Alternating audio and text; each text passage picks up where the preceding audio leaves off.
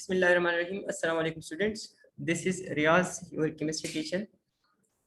कल हमने branches of chemistry पढ़े थे, जिसमें हमने पढ़ा था physical chemistry, organic chemistry, inorganic chemistry और एनालिटिकल केमिस्ट्री। ठीक है, जैसे आप लोगों ने कहा था कि बुक्स में ये डिफिनीशन आपको थोड़े से चेंज दिख रहे हैं, तो मैं आज आपको वो समझा रहा हूँ और उसमें मैं आपको बताऊंगा कि ये चेंज नहीं है असल में। ठीक है, जैसे यहाँ पे देखिए आपके पास फिजिकल केमिस्ट्री है, तो फिजिकल केमिस्ट्री की डिफिनीशन जो आपके बुक में लिखी गई है दैट इज कि physical chemistry is concern with the relationship. Relationship कल हमने पढ़ा था, ताल्लुक को कहते हैं बिटवीन। अब किसके दरमियान ताल्लुक? तो दो चीजों के दरमियान होता है या दो से ज्यादा चीजों के दरमियान। तो आपके पास यहाँ पे है कि physical chemistry is concern with the relationship, ताल्लुक के साथ कंसर्न है, ताल्लुक रखती है, मतलब कि इसमें हम ताल्लुक पढ़ेंगे किसके दरमियान?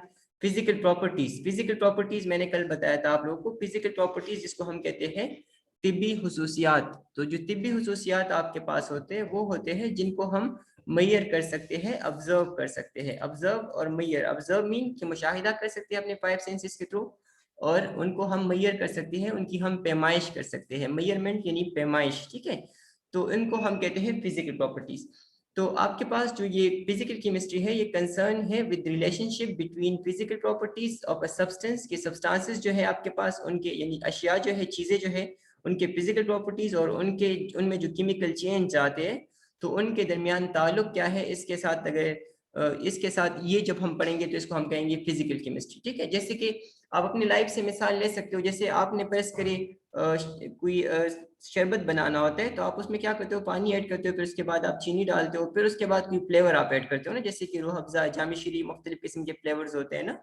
इसी तरह से जैसे जैसे आप उसका कंपोजिशन चेंज करते हो, केमिकल कंपोजिशन, ठीक है, तो उसी तरह से उनके प्रॉपर्टीज जो है, मतलब जैसे जायका है वो आपके पास चेंज हो जाता है, जो कलर है, अपीयरेंस है आपके पास, वो चेंज हो जाता है।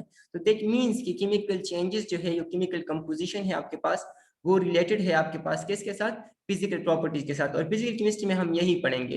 जैसे हमने कल वाटर और हाइड्रोजन पेरोक्साइड का एग्जाम्पल पढ़ा था कि वाटर और हाइड्रोजन पेरोक्साइड में जो फर्क है वो सिर्फ एक ऑक्सीजन का है। ठीक है, कि वाटर का फार्मूला आपके पास है H2O, जिसमें 2 हाइड्रोजन और 1 ऑक्सीजन था, जबकि हाइड्रोजन पेरोक्साइड का फार्मूला था H2O2, जिसमें 2 हाइड्रोजन और 2 ऑक्सीजन थे। अब 1 ऑक्सीजन का फर्क है इन दोनों के दरमियान, लेकिन इनके प्रॉपर्टीज जो है वो एक दूसरे से बहुत मुख्तलिफ है। तो इस वजह से हम ये कह सकते हैं कि फिजिकल प्रॉपर्टीज और केमिकल कंपोजिशन जो है वो आपके पास क्या है, एक दूसरे के साथ रिलेटेड है। ठीक है, उसके बाद जो सेकंड ब्रांच हमने कल पढ़ी थी वो थी ऑर्गेनिक केमिस्ट्री। ऑर्गेनिक केमिस्ट्री नामियाती कीमिया, जिसको हम कहते हैं नामियाती। ठीक है, तो organic chemistry is the study of those compounds, उन कंपाउंड्स की स्टडी है। कंपाउंड्स कहते हैं मुरक्कबात को, मुरक्कबात, कंपाउंड्स। ठीक है, तो study of those compounds which contain, जिसमें जिसमें हो आपके पास क्या क्या हो उसमें? Carbon and hydrogen. अब दो ही एलिमेंट है, कार्बन एंड हाइड्रोजन, तो इसलिए हाइड्रोजन का हाइड्रो और कार्बन पूरा लिया गया है, तो इसलिए इन कंपाउंड्स को जिनमें सिर्फ कार्बन और हाइड्रोजन होता है तो लिखते हैं उनको हाइड्रोकार्बन्स। हाइड्रोकार्बन्स, ये इन दो एलिमेंट से ही नाम लिया है। ठीक है, कि वो कंपाउंड जिनमें कार्बन और हाइड्रोजन होता है, तो उन कंपाउंड्स को हम कहते हैं हाइड्रोकार्बन्स। ठीक है, एंड दियर डिराइवेटिव्स, दियर डिराइवेटिव्स मीन जो हाइड्रोकार्बन से डिराइव हुए हो, जो हाइड्रोकार्बन से क्या हुए हो? डिराइव हुए हो। डिराइव मीन अहज हुए हो, इनसे बने हो। नवीद अपना कैमरा ऑफ करें। ठीक है, तो ये आपके पास क्या होते हैं? जो ऑर्गेनिक कंपाउंड्स, वो कंपाउंड्स होते हैं जो हाइड्रोकार्बन यानी कार्बन और हाइड्रोजन पर मुश्तमिल होते हैं और उनसे फिर डिराइव हुए होते हैं, तो उनको हम पढ़ेंगे किसमें? ऑर्गेनिक केमिस्ट्री में। तो organic chemistry is the study of those compounds which contain carbon and hydrogen, जिसमें कार्बन और हाइड्रोजन हो, और उसके अलावा फिर क्या हो, उसको कार्बन और हाइड्रोजन को हम हाइड्रोकार्बन कहते हैं। ठीक है, और फिर हाइड्रोकार्बन से डिराइव हुए मतलब उनसे बने हो, तो उसको हम कहेंगे हाइड्रो मतलब डिराइवेटिव्स। ठीक है, इसके बाद आपके पास है इनऑर्गेनिक केमिस्ट्री, गैर नामियाती कीमिया। जैसे मैंने आपको कहा था गैर का वर्ड या इन का वर्ड अगर स्टार्ट में आ जाए ना, या उर्दू में गैर का वर्ड स्टार्ट में आ जाए, तो दैट मींस कि उसके अलावा, उसके अलावा।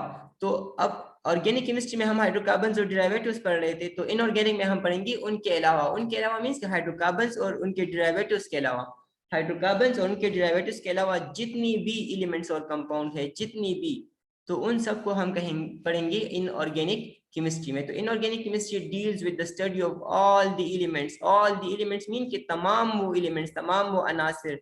ठीक है, एंड कंपाउंड और मुरक्कबात एक्सेप्ट हाइड्रोकार्बन्स ऑर्गेनिक कंपाउंड्स, यानी ऑर्गेनिक कंपाउंड्स हाइड्रोकार्बन्स और उनके डेरिवेटिव्स के अलावा बाकी जितनी भी एलिमेंट्स और कंपाउंड है उनको हम पढ़ेंगे किसमें, इनऑर्गेनिक केमिस्ट्री में। इनऑर्गेनिक केमिस्ट्री में, तो inorganic chemistry is the study of elements and compound except hydrocarbon, except mean के अलावा, ठीक है, हाइड्रोकार्बन्स यानी एंड देयर डेरिवेटिव्स यानी ऑर्गेनिक कंपाउंड, ठीक है। इसके बाद जो आपके पास हमने फोर्थ ब्रांच पढ़ी थी that was analytical chemistry. Analytical chemistry जिसको हम कहते हैं तज्जियाती कीमिया। तज्जियाती कीमिया, तज्जिया मैंने आपको कहा था, एनालिसिस, तज्जिया जिसको हम कहते हैं, तो इसका मतलब होता है बगौर मुतालिया। बगौर मुतालिया मीन गौर के साथ पढ़ना, किसी चीज को गौर के साथ उनका मुतालिया करना, उनको पढ़ना, तो इसको हम कहते हैं एनालिसिस। तो analytical chemistry is the branch of chemistry that deals with the study of qualitative. Qualitative मैंने आपको कहा था मायार को कहते हैं, टाइप एंड काइंड को कहते हैं, किस किस्म का है आपके पास, ठीक है। तो क्वालिटेटिव एंड क्वांटिटेटिव एनालिसिस। अच्छा यहाँ पे थोड़ी सी आप करेक्शन कर ले, क्वांटिटेटिव में तीनों ने लिखा हुआ है अमाउंट और नेचर, अमाउंट लिखा हुआ है फिर स्लैश नेचर लिखा हुआ है ना, तो आप नेचर को हटा के नंबर कर दें, ठीक है, नेचर को हटा के क्या कर दें, नंबर। तो अगर आप किसी चीज की क्वालिटेटिव एनालिसिस करते हो, मतलब कि टाइप और काइंड बताते हो कि उसमें किस किस्म के एलिमेंट्स और कंपाउंड्स आपके पास मौजूद है, ठीक है, किस किस्म के और कितने मौजूद है, क्वांटिटेटिवली कितने मौजूद है, तो आपने उसको कहना है analytical chemistry. Analytical chemistry deals with the study of qualitative, qualitative means type और kind, type और kind, type कहते हैं किस्म को, और kind भी आपके पास क्या होता है, किस्म की हो, या नू जिसको हम कहते हैं, जैसे नू भी आपके पास, जिसको आप जैसे इंग्लिश में या बायो में आप कहते हो स्पीशी ना, तो टाइप और काइंड का मतलब है नू या किस्म, ठीक है। And quantitative analysis means amount और नंबर, मतलब कि आप जैसे हमने कल पढ़ा था, अगर हम वाटर की क्वालिटेटिव एनालिसिस करें तो हम कहेंगे कि इसमें हाइड्रोजन और ऑक्सीजन मौजूद है। क्वालिटेटिव एनालिसिस कैसे करेंगे कि इसमें मतलब हम चेक करेंगे, बहुत सारे एक्सपेरिमेंटल टेस्ट उनका करेंगे, लैब में उनको टेस्ट करेंगे, तो हमें पता चलेगा कि जो कंपाउंड है इसमें कौन कौन से एलिमेंट है। जैसे कि फर्स्ट अगर हमें नहीं पता होता कि वाटर में क्या क्या है, तो हम वाटर की एनालिसिस करते तो हमें पहले ये पता चलता कि वाटर में आपके पास क्या क्या है, तो हम पहले कहते हैं कि वाटर में आपके पास हाइड्रोजन और ऑक्सीजन है, उसके बाद हम उसकी क्वांटिटेटिव एनालिसिस करते। क्वांटिटेटिव एनालिसिस मीन कि हम उसका उनकी मिकदार चेक करते हैं, मिकदार मीन कि हम उनके नंबर चेक करते हैं कि वो कितने हैं आपके पास, तो हम फिर कहते हैं कि इसमें 2 हाइड्रोजन और 1 क्या है, ऑक्सीजन है। तो इसी तरह से हम किसी चीज के किसी भी मैटर की हम एनालिसिस करते हैं कि पहले हम उनमें बताते हैं कि उनमें किस तरह के एलिमेंट्स आपके पास मौजूद हैं, और फिर बताते हैं हम कि वो एलिमेंट्स कितने कितने हैं आपके पास, ठीक है। उसके बाद आप देखिए तो जो फिफ्थ ब्रांच ऑफ केमिस्ट्री आपके पास है, जो कि आज हम पढ़ने वाले हैं, दैट इज इंडस्ट्रियल केमिस्ट्री, सनती कीमिया। इंडस्ट्रीज जानते हो जहाँ पे चीजों की मास प्रोडक्शन होती है, मास प्रोडक्शन मीन ज्यादा मिकदार में, वापर मिकदार में आपके पास कोई चीज बन रही होती है, तो ऐसे जगहों को हम कहते हैं इंडस्ट्रीज, ठीक है। ऐसी जगह जहाँ पे क्या होती है, मास प्रोडक्शन होती है, ठीक है। मास प्रोडक्शन मीन बहुत ज्यादा मिकदार में आपके पास कोई चीज प्रोड्यूस हो रही होती है, बन रही होती है, तो ऐसी चीजों को हम कहते हैं, ऐसी जगहों को हम कहते हैं इंडस्ट्रीज, सनतें कहते हैं, सनतें। तो इंडस्ट्रियल केमिस्ट्री, सनती कीमिया जो आपके पास है, that deals with the study of techniques. Techniques कहते हैं, टेक्निक उसके उर्दू में भी टेक्निक वर्ड ही यूज होता है, लेकिन ये कहते हैं हुनर को, फन को, तरीकेकार को, ठीक है।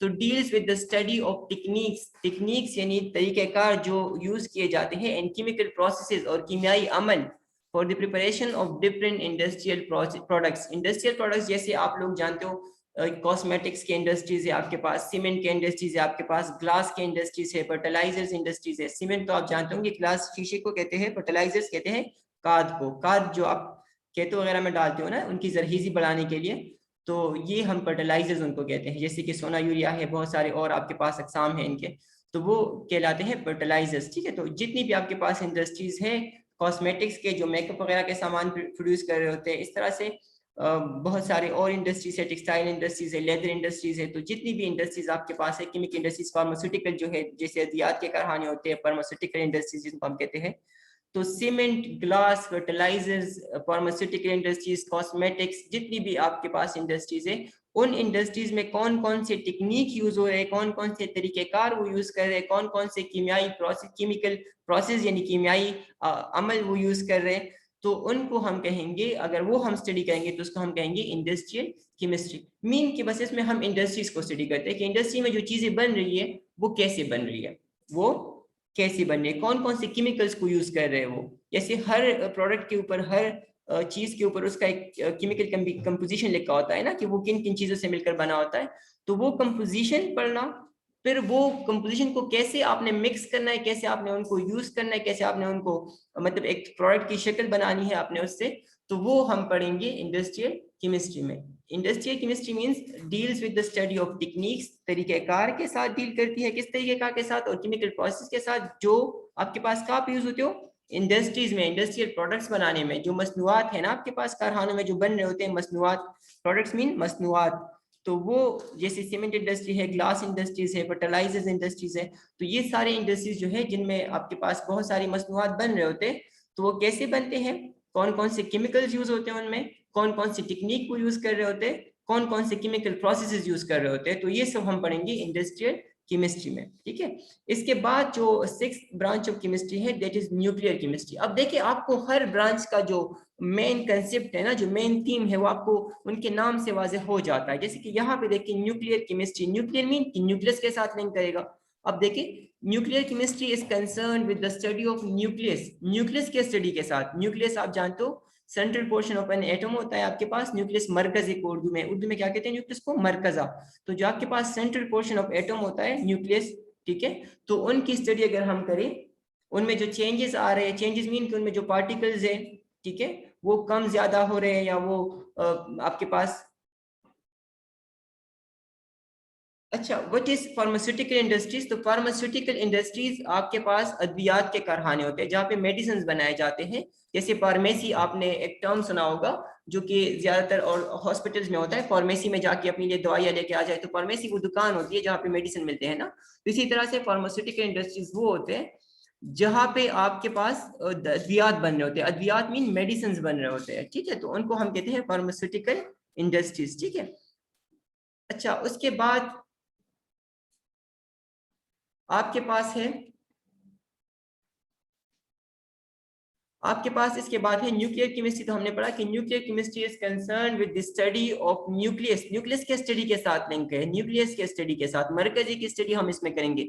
चेंजेस करेंगे इन द न्यूक्लियस, चेंजेस करेंगे इन द न्यूक्लियस मीन कि जो न्यूक्लियस की कंपोजिशन है ना, मीन कि उसके अंदर जो पार्टिकल्स मौजूद है उनमें क्या क्या चेंजेस आ रहे हैं, क्या क्या उनमें तब्दीलियां आ रही है, क्या क्या उनमें तगय्युरात पैदा हो रहे हैं, तो वो सब हम पढ़ेंगे न्यूक्लियर केमिस्ट्री में। Properties of particles present in the nucleus, जैसे कि आप लोगों को पता है कि न्यूक्लियस में आप लोगों ने आगे पढ़ना भी है कि न्यूक्लियस में आपके पास प्रोटॉन्स और न्यूट्रॉन्स मौजूद होते हैं, प्रोटॉन्स और न्यूट्रॉन्स। न्यूक्लियस के अंदर आपके पास मौजूद होते हैं प्रोटॉन्स और न्यूट्रॉन्स, तो वो पार्टिकल्स है, जर्रात है, पार्टिकल्स मीन जर्रात है आपके पास।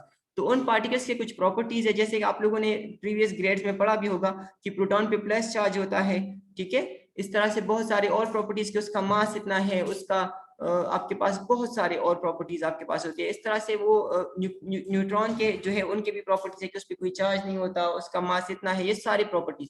तो properties of particles present in the nucleus का मतलब ये है कि वो पार्टिकल्स, वो जर्रात जो न्यूक्लियस के अंदर मौजूद है, उनके खुसूसियात क्या क्या है, ठीक है। And the emission and absorption. अच्छा, अब जब आपके पास कोई चेंज आती है ना, तो उसके लिए एनर्जी रिक्वायर्ड होती है। जब आप कोई चेंज लाते हो किसी चीज में, ठीक है, तो उसके लिए एनर्जी में आपने उसको चेंज करना होता है, एनर्जी चेंज आपको चाहिए होती है। तो वो एनर्जी जो होती है आपके पास, वो रेडिएशंस की शक्ल में होती है, रेडिएशंस मीन शुआओं की शक्ल में, ठीक है।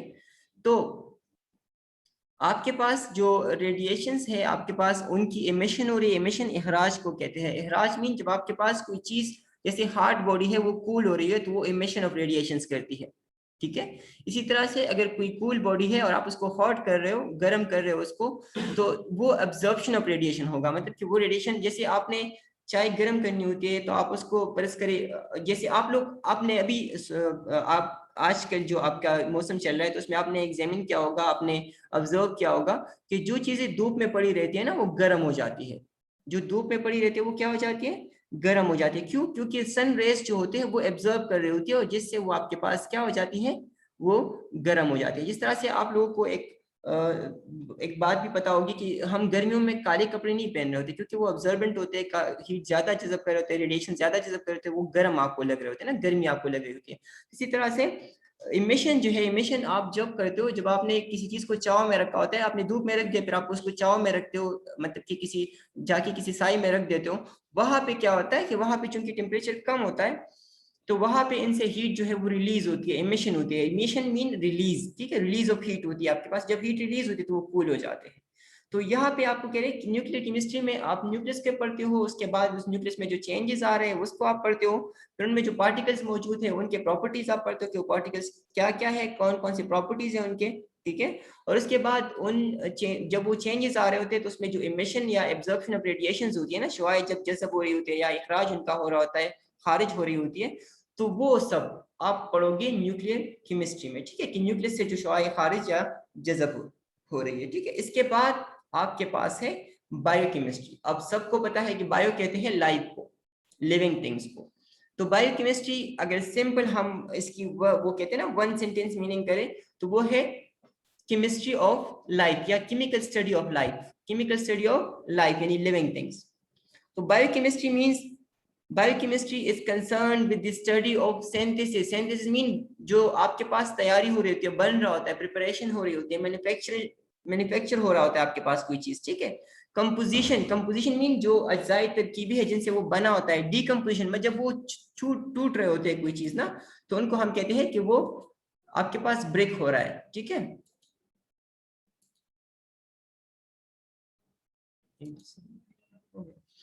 अच्छा, तो biochemistry is concern with the synthesis. Synthesis mean जो तैयारी हो रही होती है आपके पास। कंपोजिशन जो उसकी अज्जाए तरकीबी है जिनसे वो बन रहा होता है।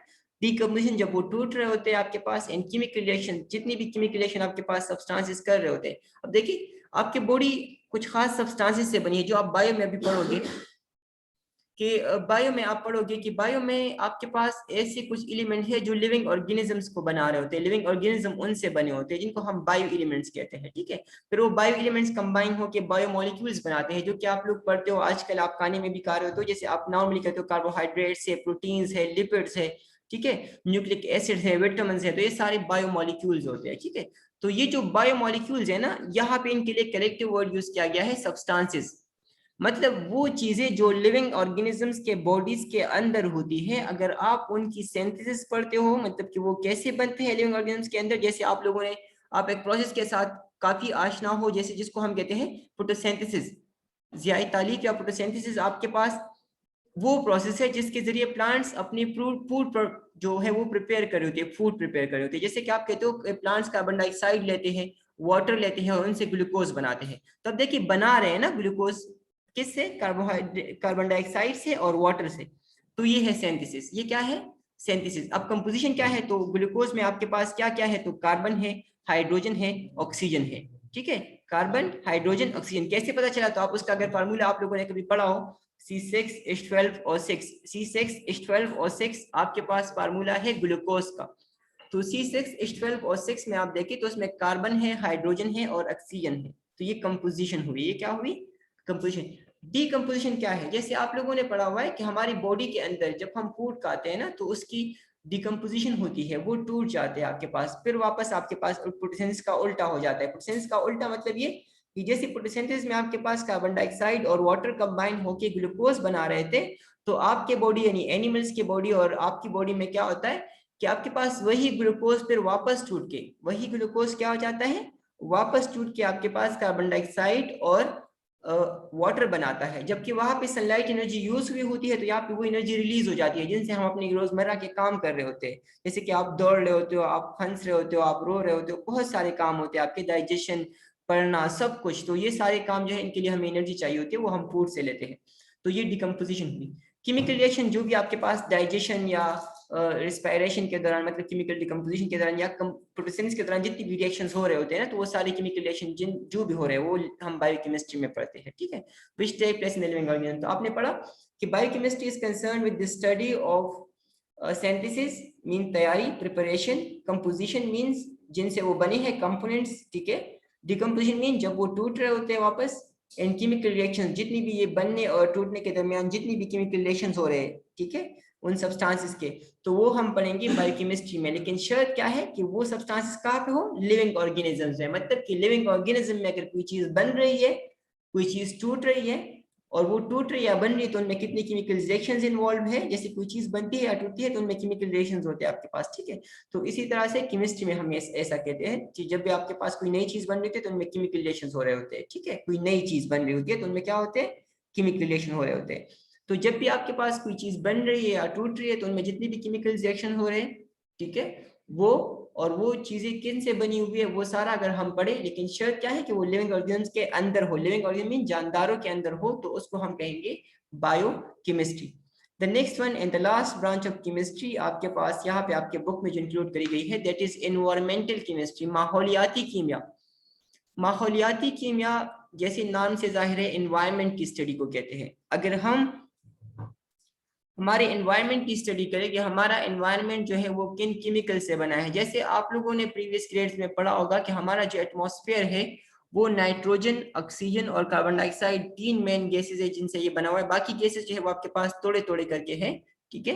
लेकिन ये जो तीन गैसेज जैसे आप कहते हो कि नाइट्रोजन आपके एयर में मौजूद है 78%, कितना, 78% आपके एयर में नाइट्रोजन मौजूद है।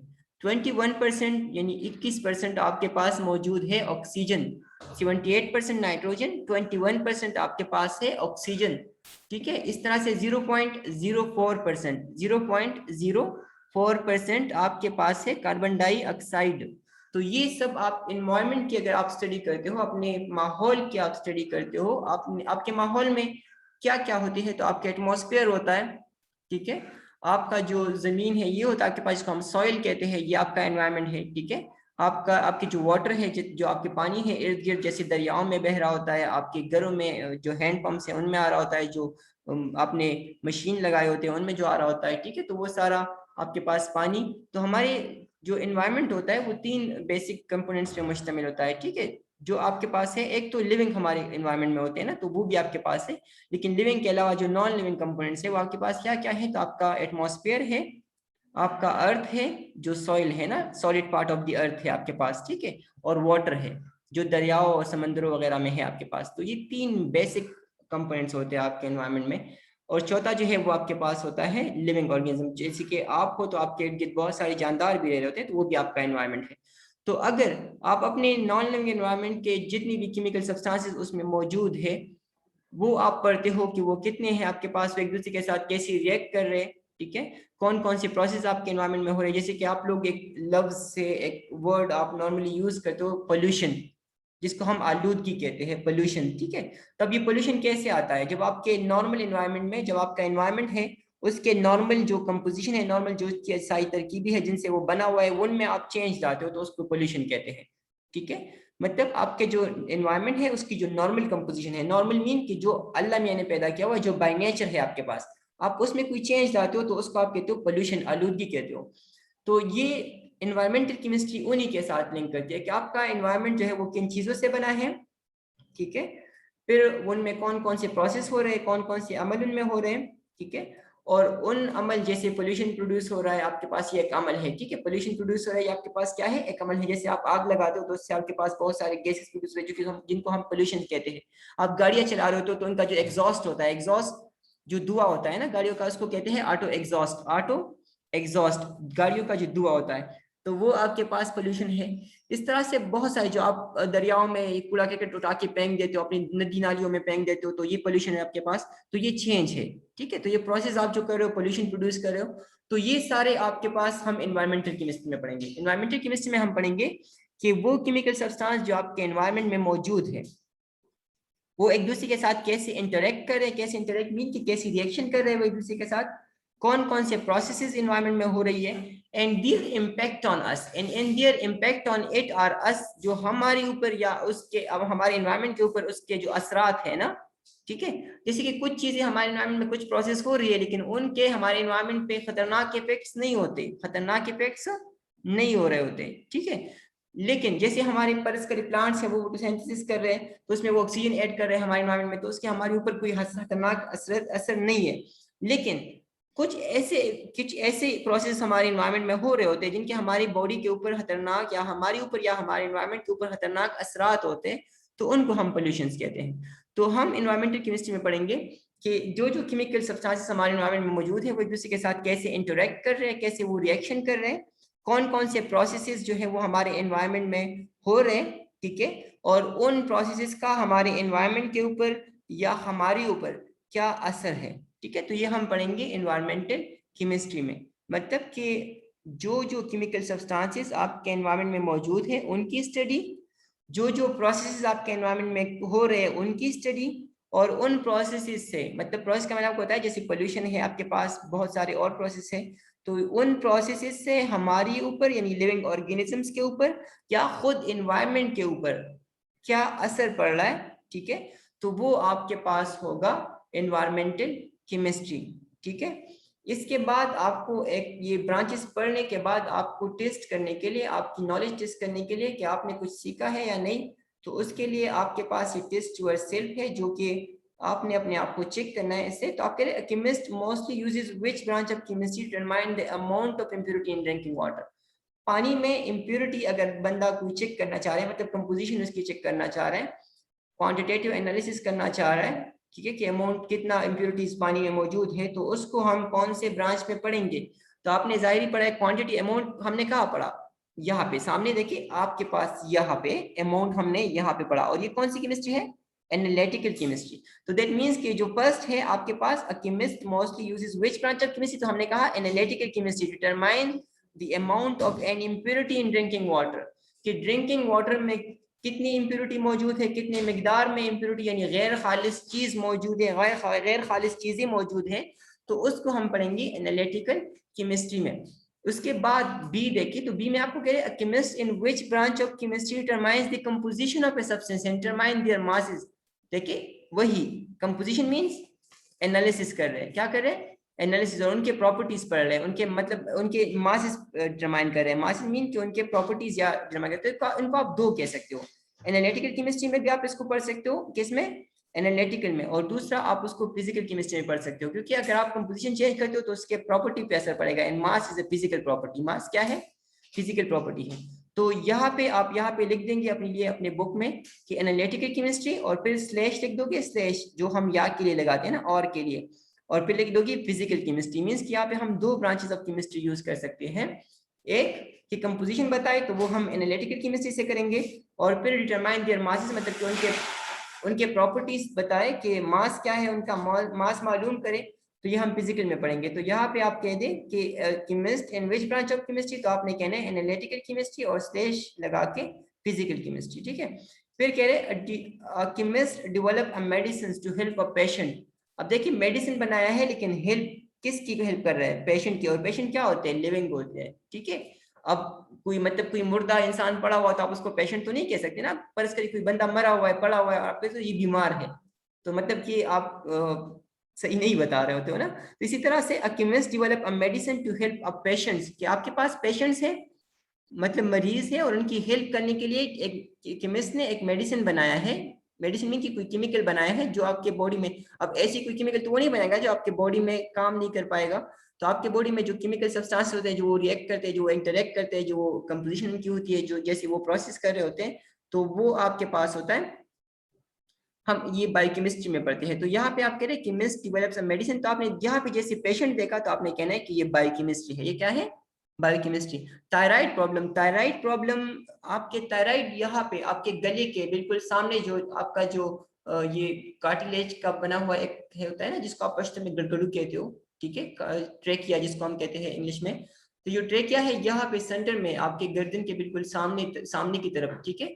तो यहाँ पे एक ग्लैंड होता है, वो दूध होता है, वो दूध एक चश्मा सा होता है जिसको अल्लाह मैंने आपकी बॉडी में पैदा किया हुआ है मुख्तलिफ जगहों पे, जो कि मुख्तलिफ काम कर रहे होते हैं, ठीक है।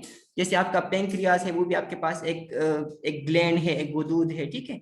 तो इस तरह से थायराइड भी आपके पास यहाँ पे एक ग्लैंड होता है जो कि कुछ खास हार्मोन प्रोड्यूस कर रहा होता है। हार्मोन आप लोगों ने बायो में पढ़ा था परसों, ठीक है। तो वो हार्मोन जो आपके पास है वो कुछ खास काम कर रहे होते हैं। तो जब आपकी बॉडी में आयोडीन की कमी हो जाती है ना, आयोडीन, जैसे वो साल्ट पे लिखा होता है आयोडाइज साल्ट ना, आयोडाइज साल्ट, कुछ साल्ट होते हैं ना, नमक जो आपको मिल जाते हैं बाजार से, तो उस पर लिखा होता है आयोडाइज साल्ट।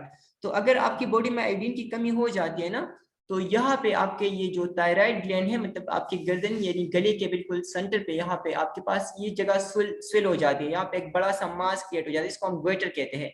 गोइटर यानी गलहड़, गलहड़ जिसको आप पश्तो में गुर बुलाते हो ना, गुर, तो वो आपके पास जो बन जाता है वो गलहड़, गोइटर, ठीक है। तो वो आपके पास क्या होता है कि उनको इलाज करने के लिए, उनको ठीक करने के लिए, पर इसके लिए एक केमिस्ट है, उन्होंने एक मेडिसिन बनाया है, तो वो अब जाहिर बात है पेशेंट के साथ लिंक कर रहे हैं, तो हमने पढ़ना है कि ये कौन सी ब्रांच है, बायोकेमिस्ट्री, ठीक है। इसके बाद हम जाएंगे बेसिक डिफिनीशंस पर। बेसिक बुनियादी डिफिनीशन मीन तारुफ, ठीक है। तो आपके पास जो बेसिक डिफिनीशंस हैं, मतलब जो आप केमिस्ट्री में यूज करते हो, तो वो आपको यहाँ पे पढ़ा रहे हैं। सबसे पहले आप देखिए, all the things present around us in the universe, जो हमारे कायनात में जितनी भी चीजें हमारे इर्द गिर्द मौजूद है, हमारे गिर्दनवा में हमारे इर्द गिर्द जितनी भी चीजें मौजूद है आपके पास, तो वो मैटर से बने हैं। किससे बने हैं? मैटर, मादे से बने हैं, मैटर से, ठीक है। मैटर को कहते हैं मादा। तो जो मादे से बने हैं आपके पास, अब मादा क्या है, मैटर क्या है, तो matter is defined as anything, हर वो चीज। मैटर को कैसे डिफाइन करते हैं? एनीथिंग, हर वो चीज दैट हैज मास, जिसकी एक खास मास होती है। मास मीन कमियत, उर्दू में मास को क्या कहते हैं? कमियत, ठीक है। एंड ऑक्युपाई स्पेस, हर वो चीज जो मास रखती है, कमियत रखती है और जगह घेरती है। जगह घेरती है मीन कि उनकी कुछ खास जगह होती है, और उन जगह पे आप फिर किसी और चीज को नहीं रख सकते। जैसे कि फर्ज करें आपने मोबाइल रख दिया है, अब मोबाइल ने जितनी जगह घेरी है ना, तो वो उसका वॉल्यूम है, वो उसका स्पेस है, ऑक्युपाइड स्पेस है। ऑक्युपाइड स्पेस हम वॉल्यूम कह सकते हैं। किसको कह सकते हैं? वॉल्यूम को। तो अब जब आपने मोबाइल रख दिया, तो आप ऐसे तो नहीं करेंगे ना कि उस मोबाइल की जगह पे आप उसके ऊपर कोई और बड़ी चीज रख दे, तो आपका मोबाइल जो है उसका तो सत्यानाश हो जाएगा ना, मतलब वो मर जाएगा, आपके पास डेड हो जाएगा, आपका मोबाइल जो है वो फौत हो जाएगा, खत्म हो जाएगा, ठीक है। इसी तरह से anything that has mass and occupy space, हर वो चीज जो जगह घेरती हो और वजन रखती हो, जगह घेरती हो और वजन रखती हो, तो उसको हम कहते हैं मैटर, ठीक है। अब मास क्या है? तो मास है the quantity of matter in a body, कि किसी बॉडी में, किसी ऑब्जेक्ट में, किसी चीज में आपके पास कितना मैटर मौजूद है, तो उसको उसका मास कहेंगे, ठीक है। उसको उसका क्या कहेंगे? मास कहेंगे, ठीक है। किसी बॉडी में कितना मैटर मौजूद है, कितना मादा मौजूद है, तो उसको उसका क्या कहेंगे? मास कहेंगे, ठीक है। जैसे आपके बॉडी में प्रेस करें, फ्लैश कितना मौजूद है आपके बॉडी में, प्रेस करें बूंस कितने हैं आपके बॉडी में, पानी आपने कितना पिया हुआ है, आपने खाना कितना खाया हुआ है, 10-12 किलो जो खाना खाते हो आप लोग ना, तो उसका सबका मास कलेक्ट करके आपके बॉडी का मास मालूम करें, तो हम कहेंगे कि आपके बॉडी में जितना भी मैटर मौजूद है, मतलब आपके फ्लैश, आपके बूंस, आपके आपने जो फूड खाया हुआ है, आपके जो ब्लड है, आपका सब कुछ जो आपके बॉडी के अंदर है, तो वो सारा मैटर है, वो सारा क्या है?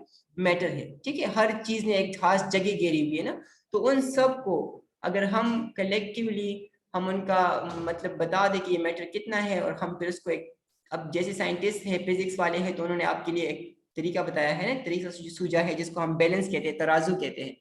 तराजू से आप मालूम कर सकते हो कि उनका जो मास है वो कितना है, ठीक है। तो ये quantity of matter in a body is called mass. Quantity of matter in a body is called mass. अब we can see that almost everything in the universe is made of matter. हम देखते हैं कि हमारे पास जितनी भी चीजें हैं, almost everything mean जितनी भी चीजें आपके पास है तकरीबन, तो वो क्या है? almost का मतलब होता है आप कि तकरीबन आपके पास जितनी भी चीजें मौजूद है, ठीक है, तो वो सारी किससे बनी है? मैटर से बनी है। किससे बनी है? मैटर से, ठीक है। अच्छा बच्चे, अगर इनमें किसी का क्वेश्चन है तो बताए। ये क्या नाम है? अच्छा, सैयद माज अली, बच्चे बताए क्या क्वेश्चन है आपका? माज अली शाह, बच्चे अपना माइक ओपन करें और बताएं। शाबाश, क्या क्वेश्चन है आपका? रुबा, रुबाब, बताएं बच्चे। रुबाब, सर, वालेकुम अस्सलाम। बच्चे बताएं।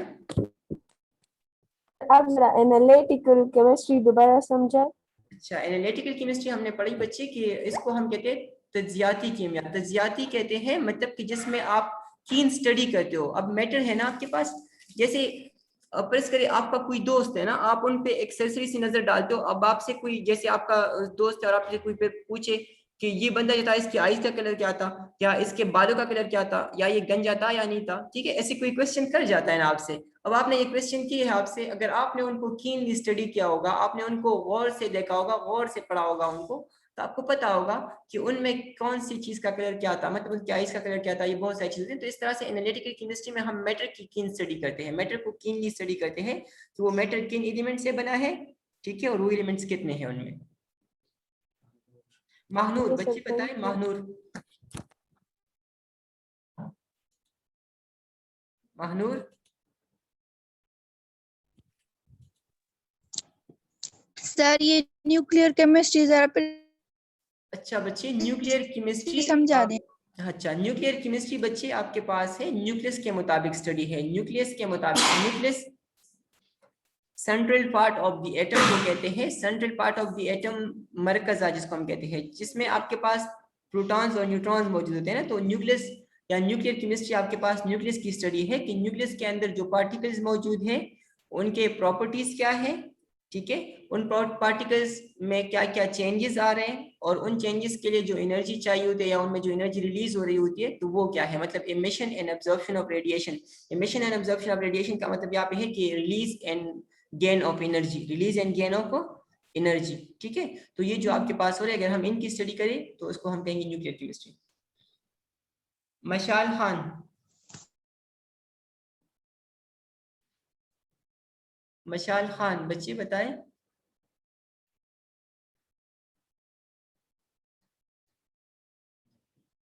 Naveed, Naveed. Sir excuse me sir environmental chemistry जरा समझे। अच्छा, एनवायरमेंटल केमिस्ट्री माहौलियाती कीमिया जिसको हम कहते हैं ना, माहौल के मुताबिक स्टडी है। माहौल, मैंने आपको कहा कि माहौल आपके इर्द गिर्द जो हवा है, जो जमीन है आपका, ठीक है, जो पानी मौजूद है आपके इर्द गिर्द, जो ऑर्गेनिजम्स मौजूद है, तो इसको हम माहौल कहते हैं, ठीक है। तो अगर आप अपने माहौल की स्टडी करें, मतलब कि आप पढ़ें कि आपके माहौल में क्या क्या है, ठीक है, और वो चीजें जो है वो कैसे उनमें चेंजेस आ रही है, ठीक है, और वो चेंजेस हमारे ऊपर अच्छे असरात मुरतब कर रहे हैं या बुरे असरात मुरतब कर रहे हैं, ठीक है, तो इन सब को हम स्टडी करेंगे तो उसको कहेंगे एनवायरमेंटल केमिस्ट्री। समझ आ गया बच्चे?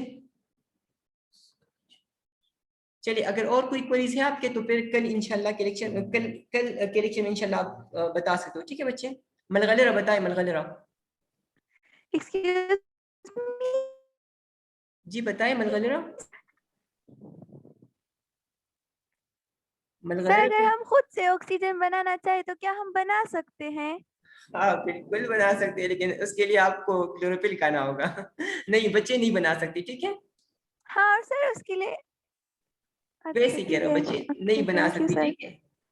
हाँ हम ये कर सकते हैं कि हम अपनी एटमॉस्फेयर जो है ना, एटमॉस्फेयर जो आपके एटमॉस्फेयर में ऑक्सीजन है जी ना, जी तो बताएं। उसको आप अलग कर सकते हो बाकी चीजों से, जिसको ऑक्सीजन सिलेंडर में डालते हैं ना, जैसे आजकल कोरोना के पेशेंट्स को दिया जाता है ऑक्सीजन, तो वो अपने एनवायरनमेंट में से निकालते हैं, ये जो एनवायरनमेंट है ना इसमें से निकालते हैं। हसनैन, बच्चे बताएं, हसनैन।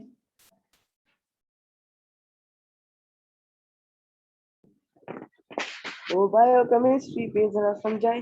अच्छा गुड, बायोकेमिस्ट्री जैसे नाम से आपके पास वाज़ेह है, बायो मींस लाइफ। तो आप अगर केमिस्ट्री पढ़ते हो, मतलब कि कंपोजिशन पढ़ते हो लिविंग ऑर्गेनिज्म की, लिविंग ऑर्गेनिज्म किन से बने हैं, किन चीजों से बने हैं, ठीक है, जैसे आपने पढ़ा हुआ है सेल से बने हैं, सेल फिर ऑर्गेनेल से बने हैं, और ऑर्गेनेल्स फिर बायोमॉलिक्यूल से बने हैं ना, मतलब कि कुछ खास एलिमेंट और कंपाउंड से बने हैं। तो ये सब आप अगर पढ़ते हो, फिर वो मॉलिक्यूल्स आपके बॉडी में या लिविंग ऑर्गेनिज्म की बॉडी में बन कैसे रहे हैं, या वो टूट कैसे रहे हैं वापस